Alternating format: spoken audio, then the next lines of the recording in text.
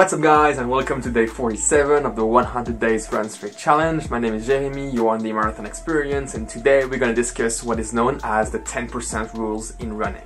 Let's go.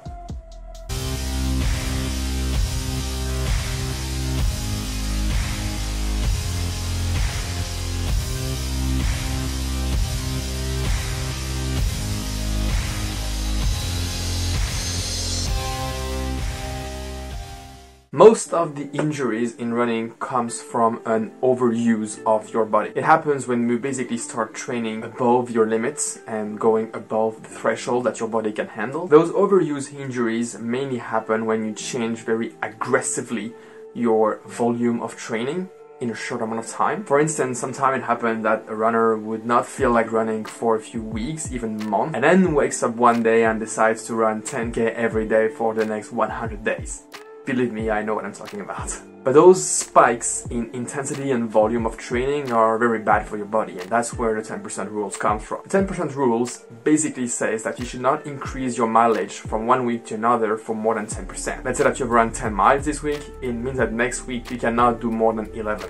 And the week after that, not more than 12.1. Although I think it's a very good rule and I think it should be followed as much as possible, mainly in the spirit of not overusing your body and then burning yourself very quickly and not being able to achieve your real long-term objective. I do think that this rule should also be taken with a big grain of salt, because there are a lot of exceptions where it would actually be a wrong thing to follow this rule. I think this rule could be misinterpreted sometime, and it's often a time when you have those very specific numbered kind of rational rule, and if everybody tried to follow the 10% precisely, it's always going to end up being counterproductive, because there is no way nature fits in a 10% rule like this. That is why you have to apply your own logic, and you just have to be clever about this rule and what this rule means. What it really means is that you should not be overusing your body. You should be aware of the different signs of fatigue that you might have and know when it's time to step down. But I don't think you should be measuring precisely 10% of your increase of mileage. I've been sometimes jumping for like 30 or 40% in 1 week because it was what my training was suggesting. And if you think about it, like a normal cycle of training for a half marathon or marathon, for instance, you'd have like